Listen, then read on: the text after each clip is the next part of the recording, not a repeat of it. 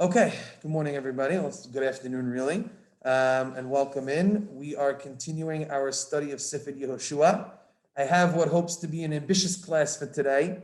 We're going to try to see if we can complete 2 chapters in one class, Yehoshua Perek Kaf, chapter 20, and also chapter 21, but we'll see how we go. If we pause in the middle and we pick up in our next class, no worries. We want to make sure we do it nicely and do it well. So in our last class, we concluded the breakdown of the land of Eretz Yisrael to all of the tribes. In the next 2 chapters, we're going to discuss first what we call Arei Miklat, the cities of refuge. We'll read about those in our chapter and review what they're all about.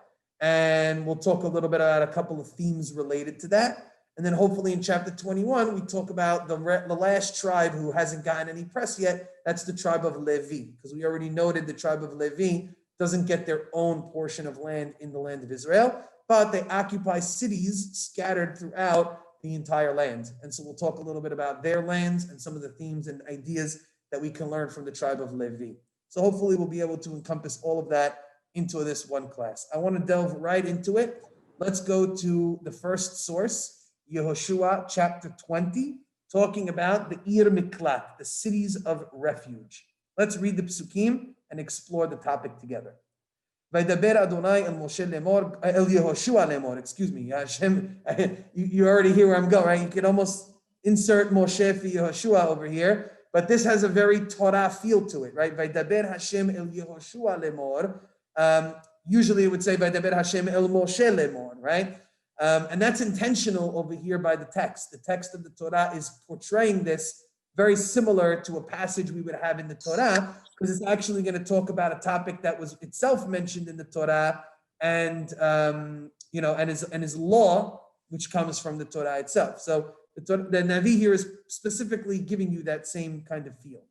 Daber al bnei Israel lemor, speak to the Jewish people, saying, Tinu lachem et arei hamiklat. Establish for yourselves the cities of refuge, asher dibarti alechem biyad Moshe, in the same fashion that I spoke about this topic to Moshe.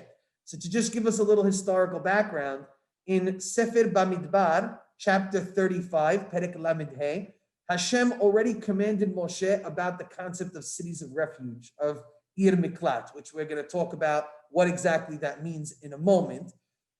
There was destined to be 6 Arei Miklat, 6 cities of refuge, 3 of them on the other side of the Jordan River, on the Transjordan side, and 3 in the land of Israel. Moshe, as one of his final acts before he passed away, already designated the 3 cities of refuge that were going to be on the Transjordan, on the eastern side of the Jordan River. He already designated those. They don't take effect, they didn't take impact until this chapter when Yehoshua separates the other 3 in the land of Eretz Yisrael. But Moshe has already designated those other 3 cities previously. Now we're going to get the second set of 3 cities, which is going to round out all 6 cities of refuge. What's the purpose of these cities of refuge? That's what's discussed in Pasuk 3, Pasuk Gimel. Lanus Shama Rotzeach, for refuge for a murderer, maked nefesh bishgaga bevli da'at, somebody who kills a soul accidentally without intent, not premeditated. V'hayu lachem lemiklat migoel hadam, they shall be a refuge, the city shall take in this accidental murderer, migoel hadam, from receiving retribution from the relatives of the one whom he killed. So it's very important for us to distinguish 3 types of murder that could take place. On opposite extremes, you have premeditated murder, right? Intentional murder. On the opposite extreme, you have complete, what we call honest, something completely out of a person's realm of possibility, right? So obviously, if somebody commits murder intentionally, premeditated, thought about it, they're receiving the death penalty. Somebody who it was completely incidental, did nothing wrong, and by some miraculous way ended up killing somebody, but really did nothing wrong and was not negligent in the least bit, are not held accountable whatsoever. The Ir Miklat is designed for the person in the middle. The person who did not think to murder somebody, but at the same time was negligent in the way in which they behaved, which caused somebody to die. There were precautions that the person could have taken to be more safe and to avoid a tragedy happening to somebody else, but he didn't. So that doesn't mean that he intended to kill the person, but at the same time, he was negligent in some of what he had done, and as a result, he killed somebody. The classic example that's given by the Torah itself is a person who goes out into the forest to chop wood. And a colleague of his is also in the forest chopping wood. And the one who commits the murder, he did not tighten the metal part of his axe properly to the wooden stick, right? And when he went to chop the wood, the axe flew off and murdered the other person there, right? Now, again, he did not intend to do it. At the same time, he was negligent in that he did not take every precaution to ensure the safety of others that were around him. And as a result, he committed an intentional murder. That is the case which the Torah illustrates. That person is going to have to flee to an Ir Miklat, to a city of refuge. Okay, what does he do? That's verse 4, what we just said. Venas el ahat me'arim ha'ele. He's going to run towards one of these cities. Ve'amad petach sha'ar ha'ir. He shall stand at the opening, the entranceway to the gates of the city. Ve'diber be'oznei ziknei ha'ir ha'i et devarav. And he's going to inform the elders of the city who are in charge of the jurisdiction of the Ir Miklat. And he's going to tell them what happened. Ve'asefu oto ha'ira alehim. The elders of the city will accept him in. Ve'natenu lo makom ve'yashav imam. He will give them a place. This elders will give him a place, and he'll stay there. So here's the way the process unfolds. A person commits an incidental murder. He doesn't wait to be put on trial. He doesn't hang around, because immediately there is a possibility for retribution on the part of the relatives of the victim. They will not want to wait around to see what happens as far as judgment is concerned. They're going to go after this guy out of emotion and out of rage. So in order to protect him, the Torah sets up, and it's reiterated here by the Navi, a system in which he could run for safety from this vigilante person who wants to commit an act of retribution. It's a redemption of blood. Goel Hadam is the term, right? So he runs there, and he tells the elders what happened, and the elders give him a place to stay while he awaits what's going to be trial, right? That's Pasuk 5. V'chiyirdov goel hadam aharav. Should the avenger of death, the avenger of blood, I should say, run after the one who committed the incidental murder, v'lo yazgiru et harotzeach biyado. They are not allowed to hand over the murderer into his hands. They have to protect him.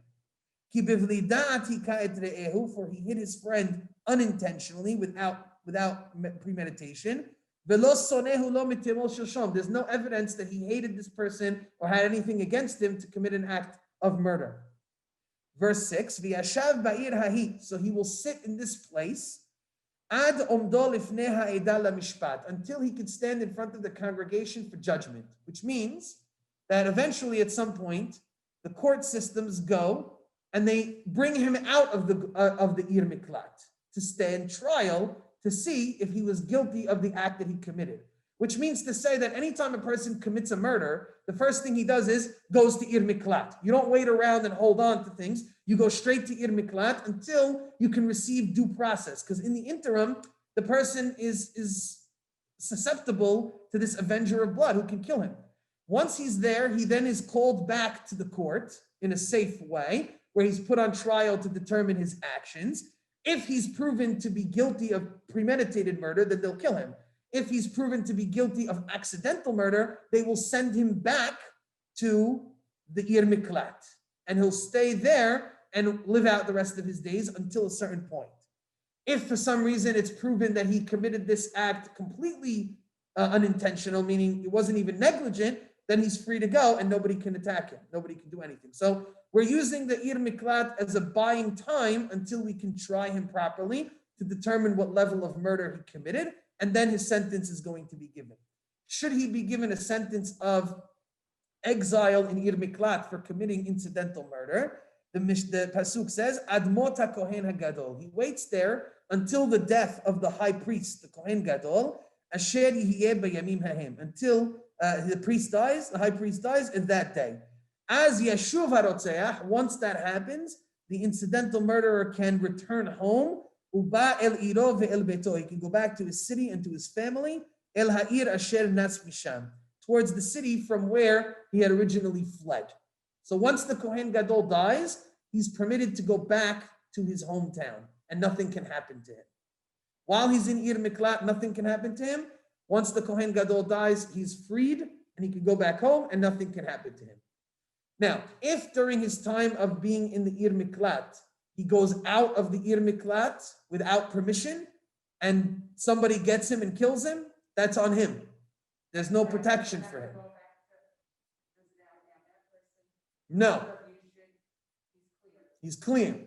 He has the right to exact revenge for his relative who was killed, assuming that the murderer was not doing the proper thing and waiting in Ir Miklat. He cannot go into Ir Miklat to kill him, obviously. I mean, to think about it, it's like a game of tag. It's base, right? Ir Miklat is base. Nobody can get you when you're in base.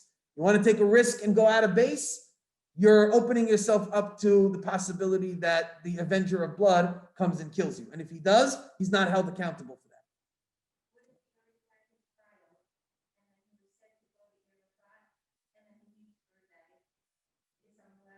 Yes. Yes. As long as he has been mandated to be in Ir Miklat, he cannot leave that city.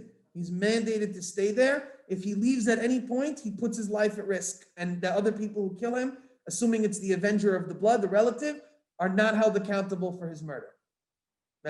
Now the Mishnayot and the Gemara discuss a lot that we try to talk the avenger of blood out of it. We tell him not to do it. We try to make peace. Obviously, we're not looking for people to avenge other people's deaths, but it was a reality, right? Anybody who's watched a mafia movie or anything like that, you have clans who put the hit on somebody, who put the hit on you, whatever it is. That's the way things went. And so the Torah is trying to protect against that. Yeah. Let's take a look at verse 7 here. I'll scroll down on our doc. Verse 7.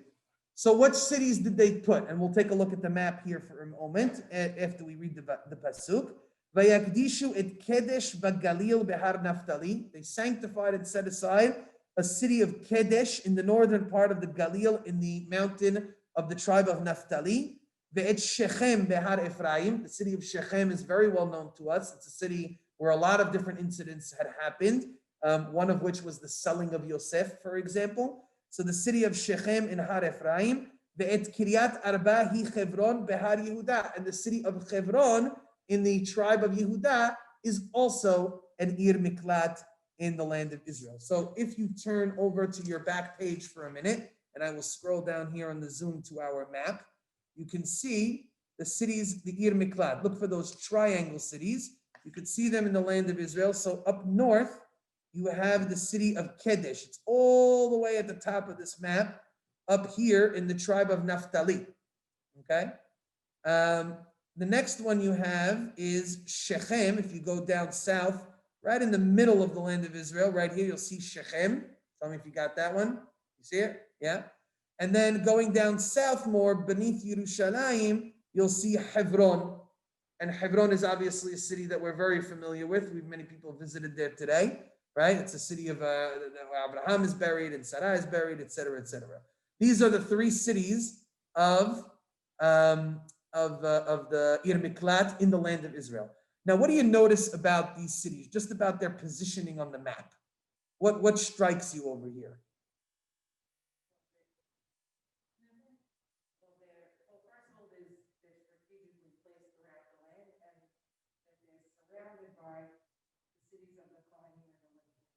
Okay, good. So one thing is their positioning is definitely very strategic. You can see that they're all basically in the middle part of the land, right? None of them are too far right or left towards the rivers. They're very much in the middle. They have a decent spread between them. So Hebron to Shechem has a nice amount. And you also have, obviously, Shechem to Kedesh is also a nice amount. But they're they're pretty much, not perfectly, but they're pretty much equidistant from each other. There's pretty much the same amount of space from Kedesh up north to Shechem in the middle, and then from Shechem in the middle down to Hebron. They also, you see this cluster of big cities right between Shechem and Hebron, right? You can see a lot of those cities right there in the middle. So that makes Hebron and Shechem very nicely situated, in which all of these people in the middle can be equidistant and follow either Shechem or Hebron. In other words, these cities are positioned so that wherever you are in Eretz Yisrael, should you commit an accidental murder, you're never too far away from a city of refuge that you can get to a place of safety. There's always an opportunity for you to be somewhat close to a city of refuge so that you could be safe, right? If we had bunched them all together, it would be unfair, and so therefore they're strategically spread out throughout the land of Eretz Yisrael, right? And you could see with the cities. Now, Esther, you mentioned the cities of the Leviim. What we're going to see going into the next chapter is that in reality, these are the three main Ir Miklat, but all of the cities of the Leviim are also going to double as an Ir Miklat. All of those cities can also be used as an Ir Miklat, and we'll talk a little bit about the halakha of what might be different between the Leviim cities of Ir Miklat versus the designated cities of Ir Miklat, okay? So we'll come back to that in a moment. Go back for a minute to our Pesukim, all the way back at the beginning of our source sheet. Let's take a look at the last two Pesukim, I should say, in the chapter. Our chapter 20 is only 9 verses. It now also reiterates the 3 cities which Moshe had already set up on the opposite side of the Jordan River. What are those 3 cities? Look at verse 8. And on the opposite, on the trans side of the Jordan River, on the opposite side of Jericho, on the eastern side, Natenu, they already put it Betzer Bamidbar, the city of Betzer, Mimate Reuven, from the tribe of Reuven, Ve'et Ramot Bagilad Mimate Gad, and the city of Ramot for the tribe of Gad, Ve'et Golan Babashan Memate Menashe, and the city of Golan was there for the city of Menashe. So there were basically 3 tribes on the eastern side of the Jordan River. Each of those tribes, occupying a very large portion of land, got their own Ir Miklat in their territory for them to be able to use, right?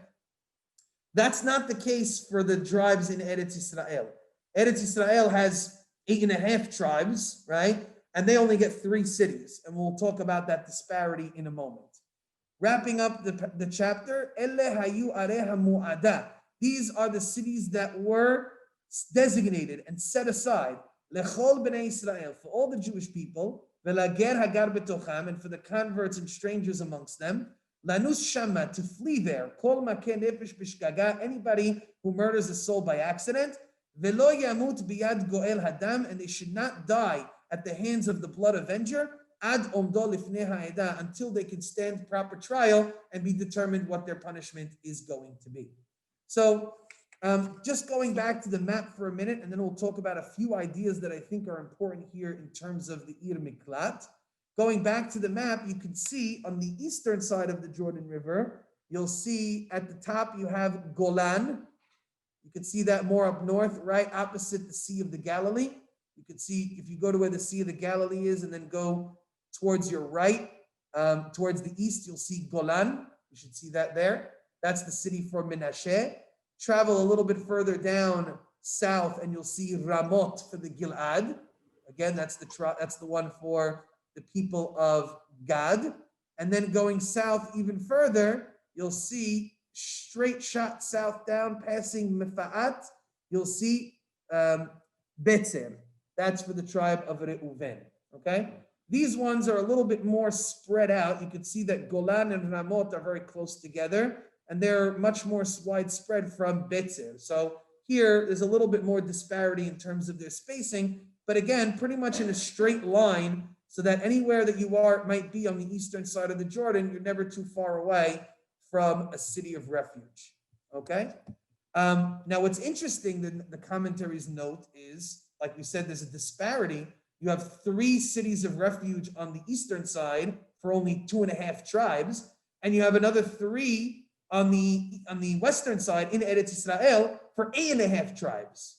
How does that make sense? Why don't we have more cities of refuge in the land of Israel, given that our population is much greater and we have more tribes, versus an equal amount on the Transjordan for the 2.5 tribes who are much smaller in population and have less tribes? How does that make sense, right?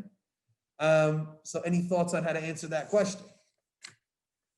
There's a practical answer, and then there's a more mystical answer, I guess you could say.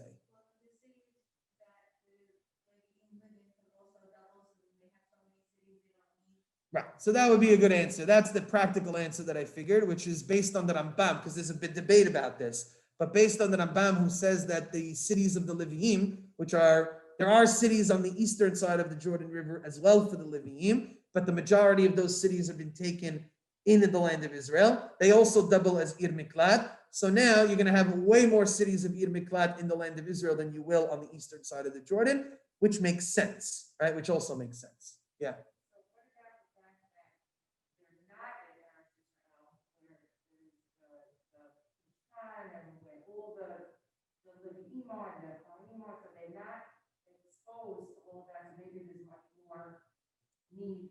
Correct.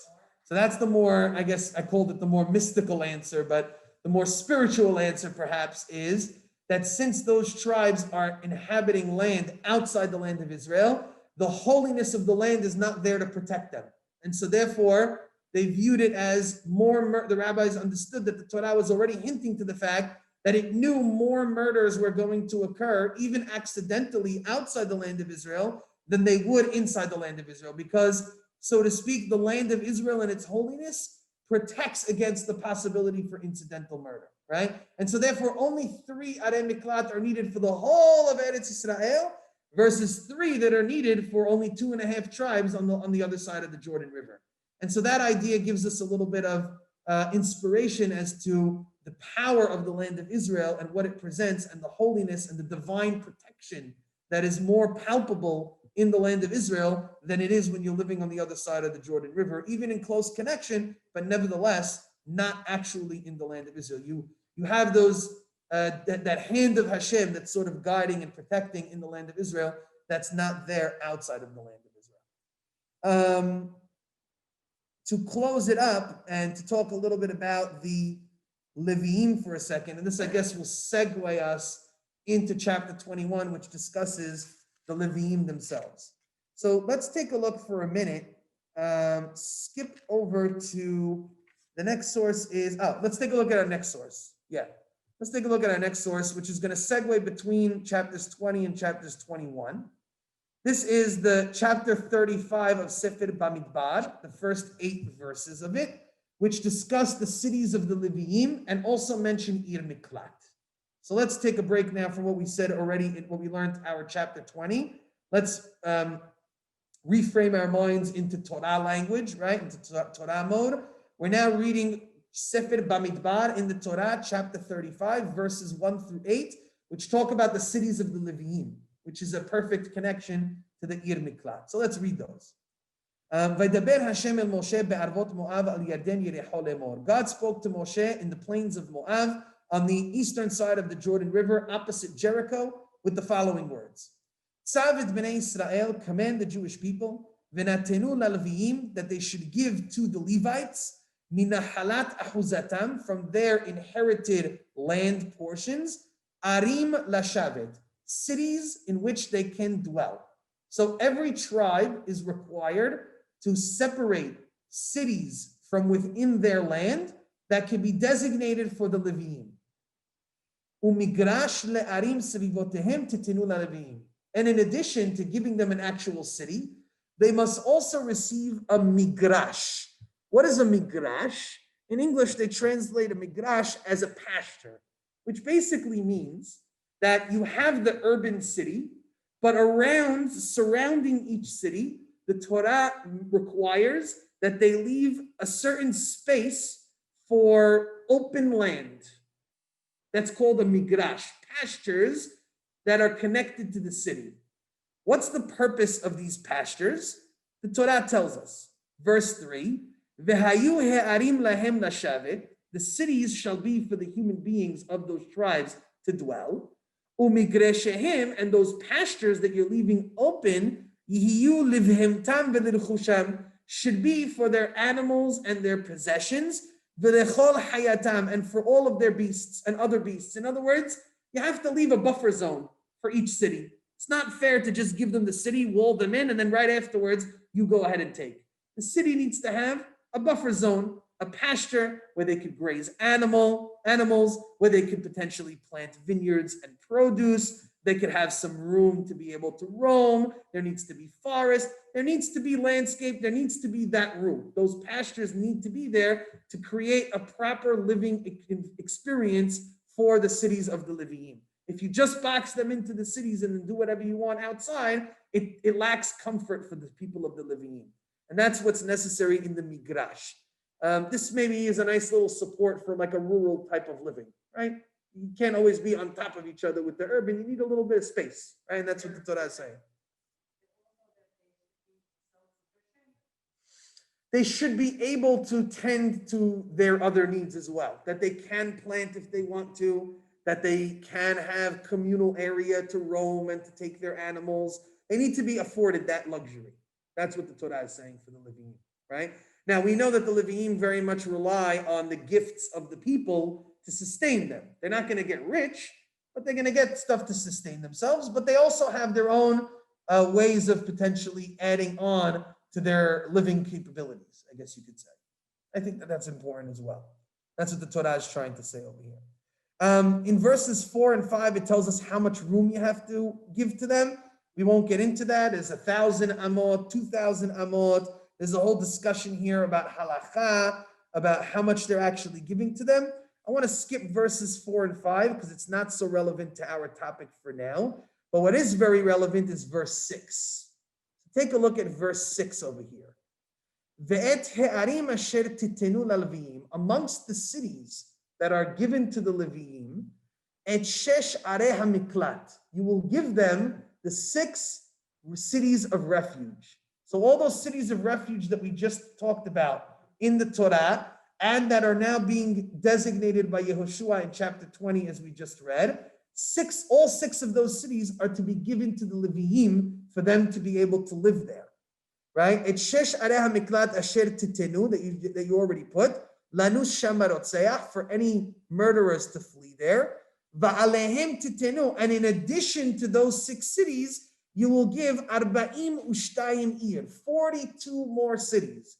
So in total, and this will be corroborated by Yehoshua chapter 21, we will see that the Leviim will receive 48 total cities. 6 of them are the Ir Miklat that we already designated, that we talked about, and that we just read about in chapter 20. And in addition to that, there'll be 42 other cities. Now, if you look at the pasuk carefully, it does not say that those 42 cities explicitly are going to also be Ir Miklat, right? If you read the verse very carefully, it says, the cities that you're going to give to the Leviim are the 6 cities of refuge, and in addition to those, you get 42 cities. So you could easily read this verse as saying you get 6 cities of refuge, and then 42 regular cities. The way the rabbis interpret it, as we'll see momentarily in the Rambam, is that the words va'alehem titenu, and upon them you shall give, is not only saying upon the cities that the Leviim you shall give 42 cities, but upon the 6 cities of refuge you shall add another 42 cities of refuge. And it is here that the rabbis interpret that all 48 cities of the Leviim are also doubling as cities of refuge. Does that make sense? Yeah? You see how they read it in one of those 2 ways. The question will be, so what is so unique about those 6 cities that we designated explicitly in the Torah versus the additional 42 smaller cities, I guess you could say? What's the halachic difference for those? We're going to get to that in a moment when we read the Rambam.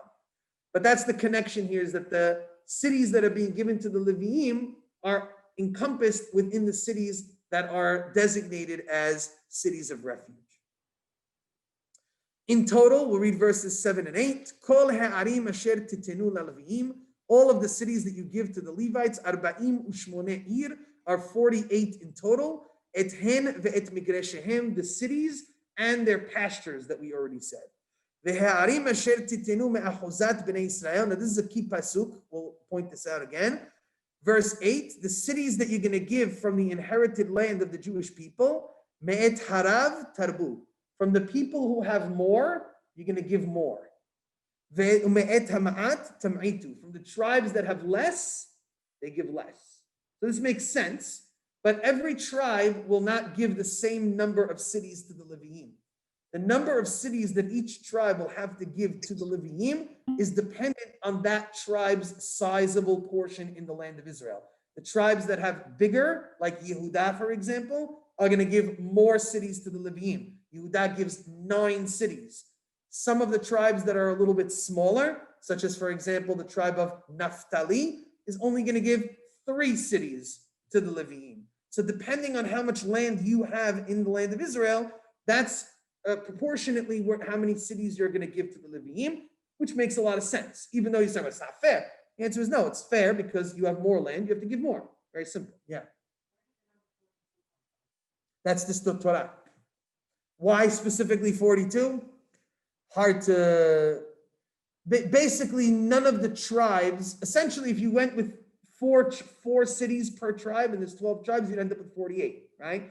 But we'll see. So I guess it's to accomplish a minimum of 4 per tribe, but then obviously it's going to be redistributed that way. So I guess 48 makes sense in 4 per tribe, but then it doesn't manifest itself that way because tribes that have more give more and tribes that have less give less, right? I don't think anybody gives less than 3 cities, if I'm not mistaken.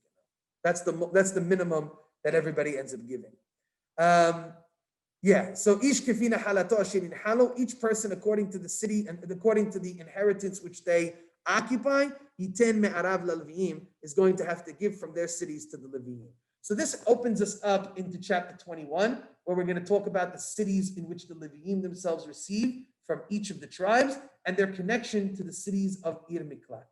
Now, just before we want to read chapter 21, I also want to present a question. Why is it that the Torah layered the Leviim and Ir Miklat?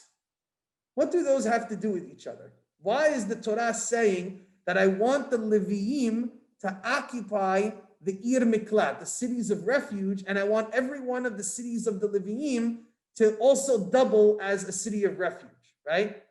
I want you to think about that question for a moment while I scroll down to one of our sources.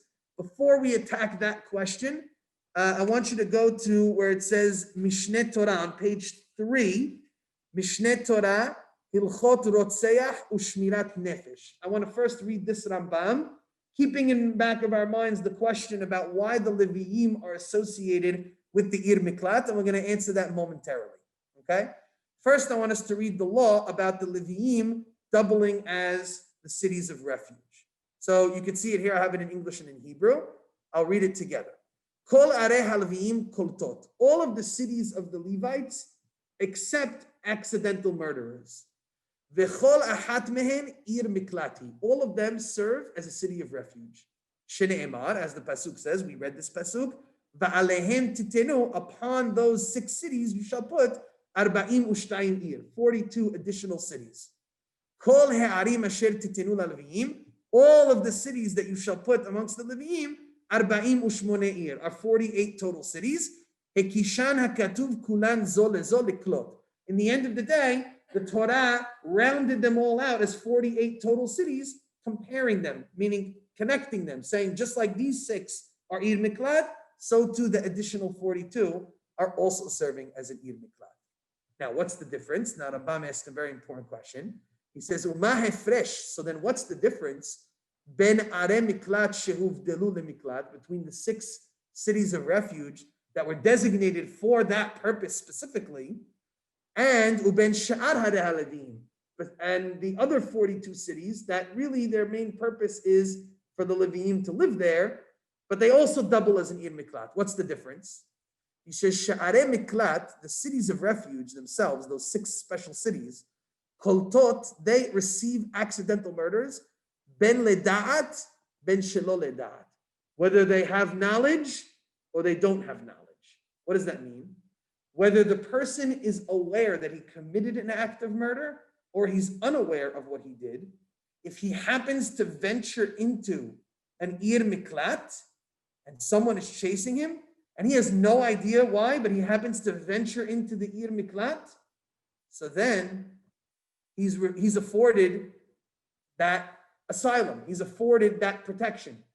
And even if the other people in the city don't know that that's why he's there, let's say he happens to find his way, he sneaks into the city, right? And he gets in there and nobody knows why he's there, but he knows that he's there, but nobody else approved of him, he also receives refuge for that. In other words, the 6 special cities, it doesn't matter if he knows why he's there or anybody else knows why he's there. The fact that he's in the base is already enough to protect him from any harm or any danger. However, says the Rambam, why? He says, but the other 42 cities of the Leviim, enan koltot ela ledat. They only work with consent. In other words, the Leviim who are living there have to accept him into the city, right? Remember we saw in the chapter 20, it says that the guy's going to knock and the elders have to take him in. That's talking about the 42 cities that are additional, that the elders have to accept him, they have to hear his case, and they have to take him into Ir Miklat with knowledge. If they don't do that, and he just happens to sneak his way in there, doesn't help him a single bit for the 42 other cities. For the other 6, they're so powerful, even if he sneaks his way in without consent, it still protects him. That's the difference between the 6 special cities and the additional 42. Another difference, says the Rambam, V'rotzeach hadar be'arei miklat, a murderer who lives in the 6 special cities, eno noten schar beto. He doesn't pay for his home, doesn't pay for his living. He lives there for free. They have to have designated areas. He lives there pro bono. V'hadar b'sh'ar arei halvim, but if he lives in the other 42 cities that are occupied by the Leviim, noten sachar leba'al habayit. He must pay for his lodging to the person who owns the home. In other words, if you think about it, what is the major purpose of the city is really the question. The 6 special cities, their main function is to be a city of refuge. Happens to be the Leviim also live there. The other 42 cities are really Leviim cities, and they happen to be cities of refuge. So it's all about the perspective of the city. If it's really a city of refuge, you get all of the major benefits of the city of refuge. You get asylum there without any consent. You get free living because that's what it's meant to be. It's meant to be a city in which people can flee there and just stay there, right? That's what it's meant to be. Happens to be the Leviim are staying there also.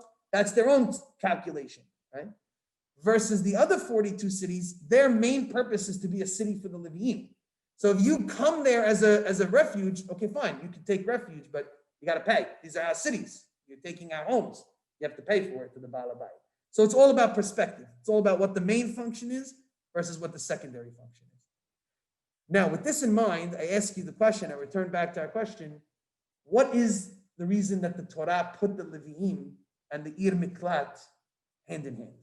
What's the why is that done?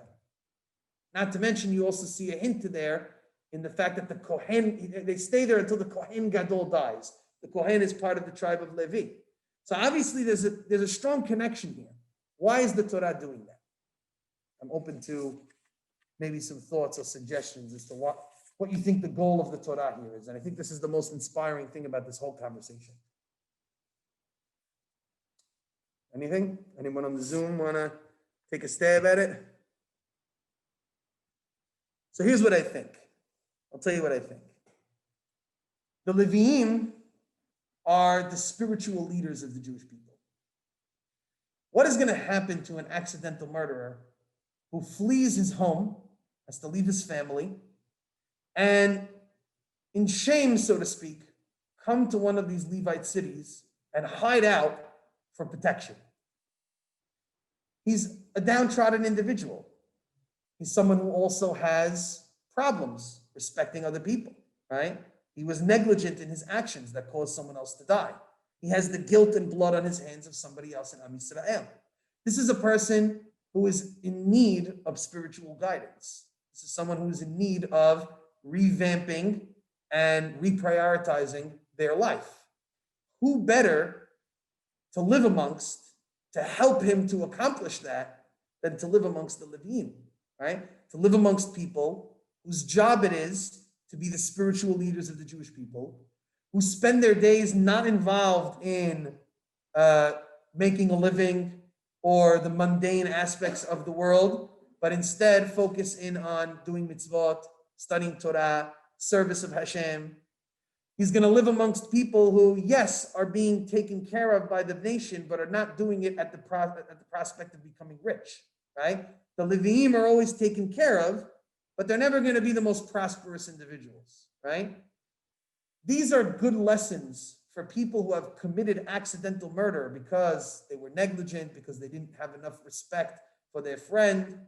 And these are good messages for them to hear and for them to be around for an extended period of time as they await an opportunity to be reintroduced to society. And I think that that's illustrated by the Rambam's comments about the tribe of Levi in our next source. So if you look at page 3, scroll down to the last source over there, it's going to go from page 3 into page 4.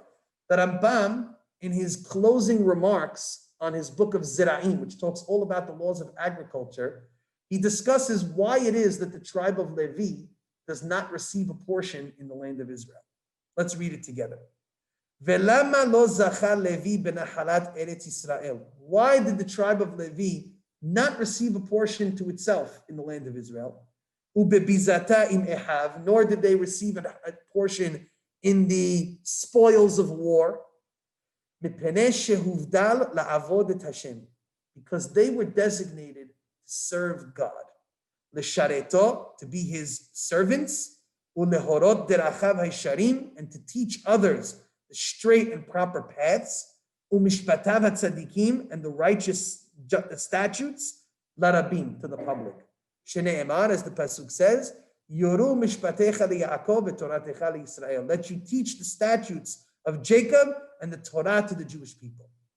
Lefichach, for this reason, huvdelu midarchei ha'olam.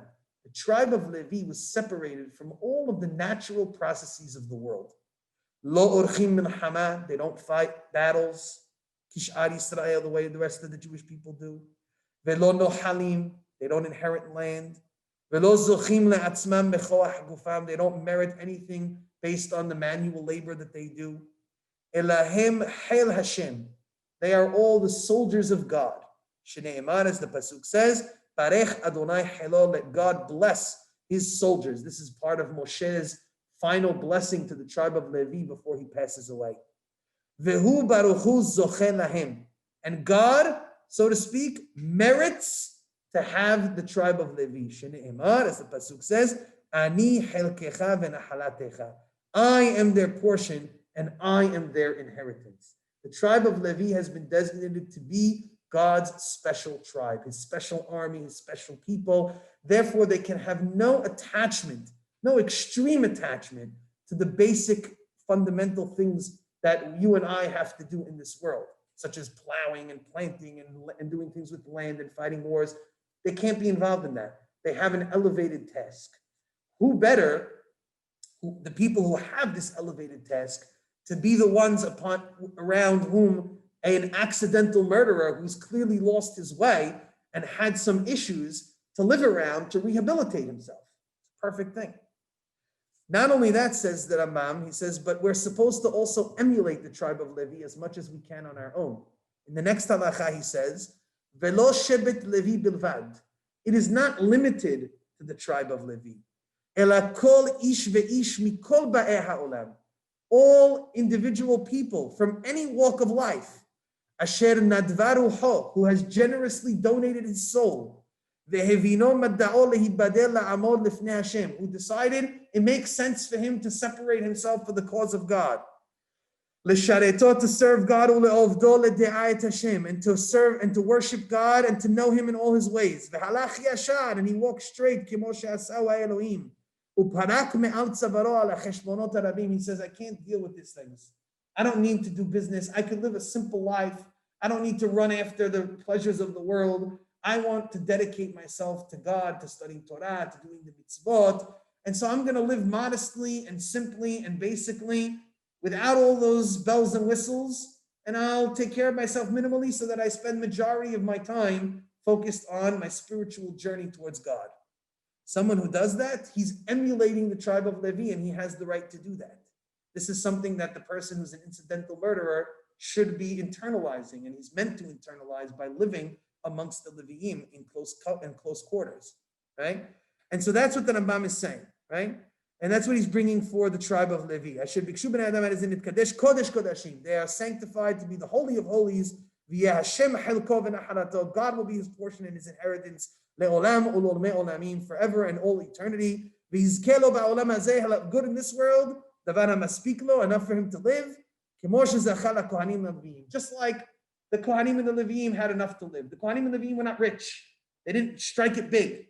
They had just enough to take care of themselves, enough to get by, enough to be comfortable, enough to live modestly, but enough to be able to then focus all of their other attentions on their spiritual endeavors towards God and to help the rest of the people to accomplish that as well. David HaMelech follows in this footstep. He says, the Lord is my allotted portion and my cup. Thou holdest my lot. God is my lot. I want to run and chase after God. So I think that using this idea that the Rambam illustrates about the tribe of Levi, it helps us to understand why it was that Levi was chosen to be this special people and why it was them who occupy the cities of refuge for the incidental murderer. The incidental murderer will live amongst them. He'll learn the proper lessons. He'll rehabilitate himself and his image and his perspective on life to hopefully not repeat those same mistakes. And eventually, when atonement is achieved through the death of the Kohen Gadol, and that process has been fulfilled, he will be able to re-enter society, go back to his family, and use the lessons that he learned from the Leviim on how to live life and to impart those back into his life so that no such thing ever happens again. And then he has a proper perspective on how to get closer to Hashem.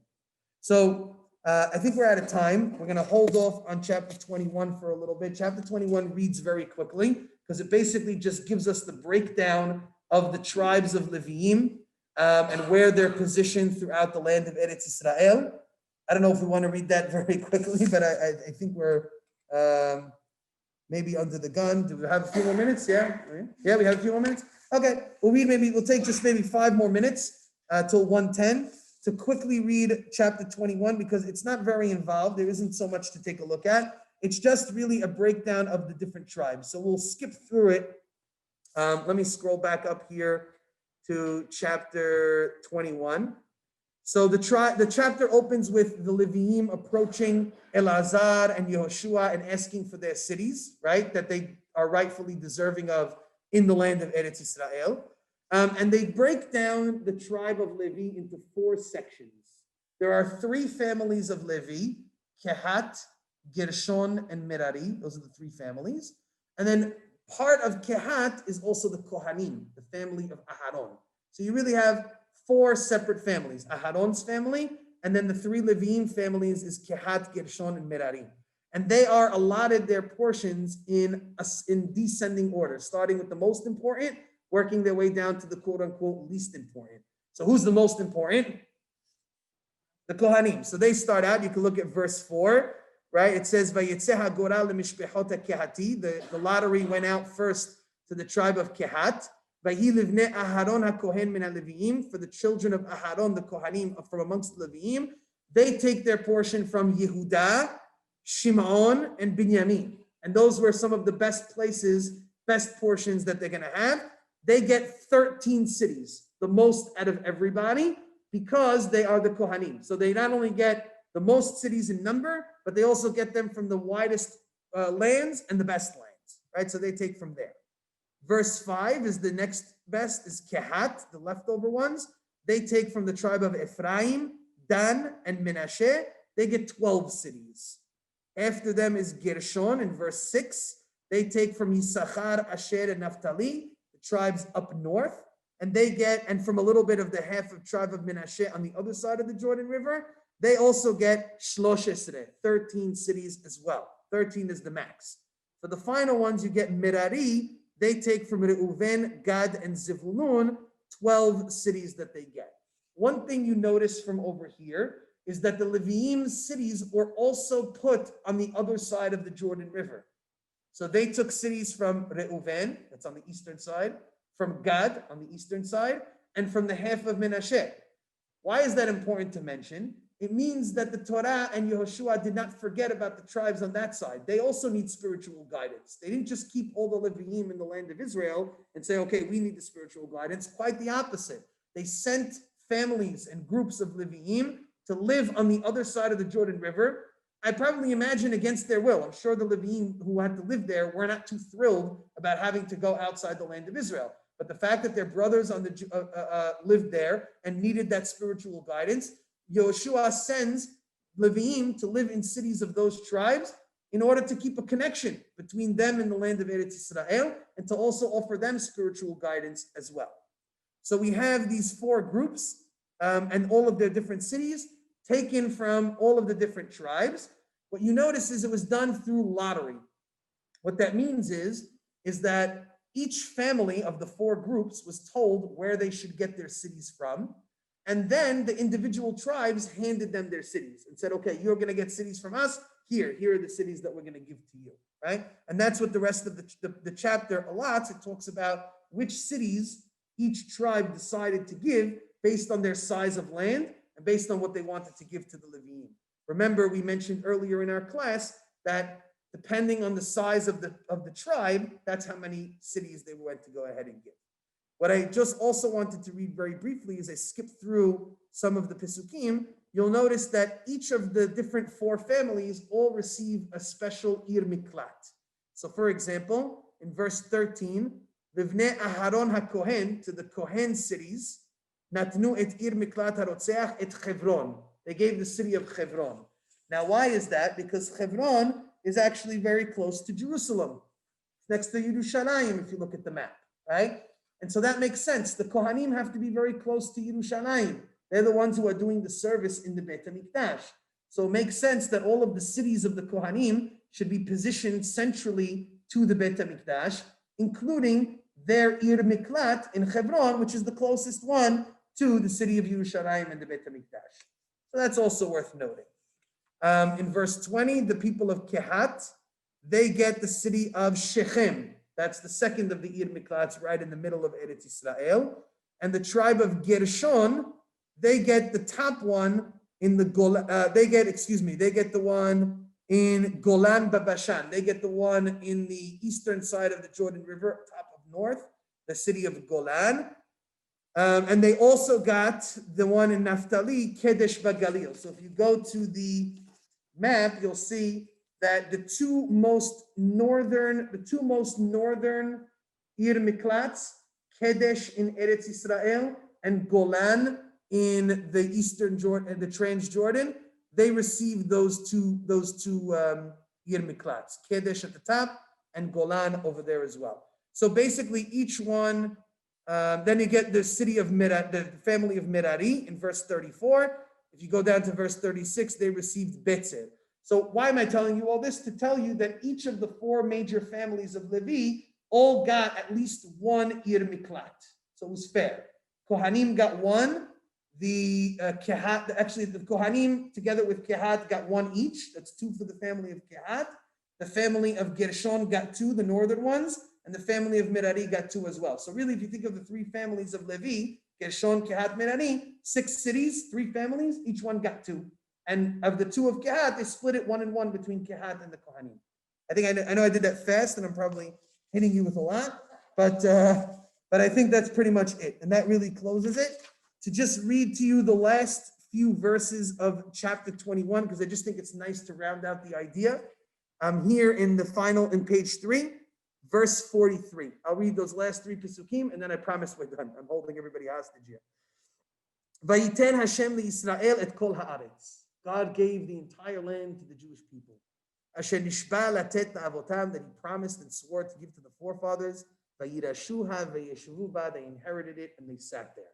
Now we know that not every part of the land was fully conquered. Some people stayed around, but for the most part, the land belonged to the Jewish people. God had fulfilled His promise.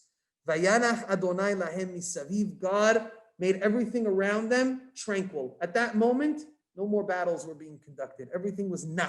Everything was rest on all their sides.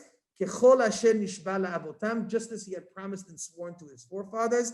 Velo amad ish bifnehem mikol oivehem, not one person stood in their way from any of their enemies.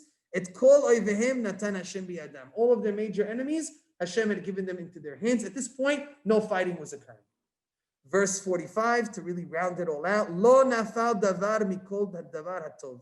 Not one of the good things which God had promised fell by the wayside. All was fulfilled. Asher diber Hashem el bet Israel, hakol ba. Everything was fulfilled. It's a nice way to sort of end a tumultuous breaking down of the land of Israel. 7 years of conquest, 7 years to fully break it down, to give every tribe their portion, to make sure that they took hold of what they needed to break the cities of refuge, to give the Leviim their spots, and finally everything has come to fruition. God fulfilled all of his swears. There's respite and peace around the land. For the time being, everything is rested, everything is calm, and the Jewish people are now taking hold of the land, inherited the land, just as God had promised and fulfilled for them. The last few chapters are now going to talk about the end of Yehoshua's life, his parting words to the Jewish people, what he's going to keep in mind. And then we're going to transition into the next book of Judges, which is going to bring back some of the tumultuous tribalism and some of the enemies coming back to attack us. We'll hopefully read about that in the coming weeks. I know I hit everybody with a lot. I'm happy we were able to do chapters 20 and 21. Talked a lot about the themes of the Leviim and the Ir Miklat and the cities and God's promises. Thank you so much for joining us. If there's any questions or comments, we'll take them now. Otherwise, we will adjourn until next week. Good? Okay. Hazaku Baruch to everybody. Any questions from our Zoom people, our Zoom attendees? Okay, nice and quiet. There we go. Thank you. Enjoy. Thank you. My pleasure. My pleasure. Thank you.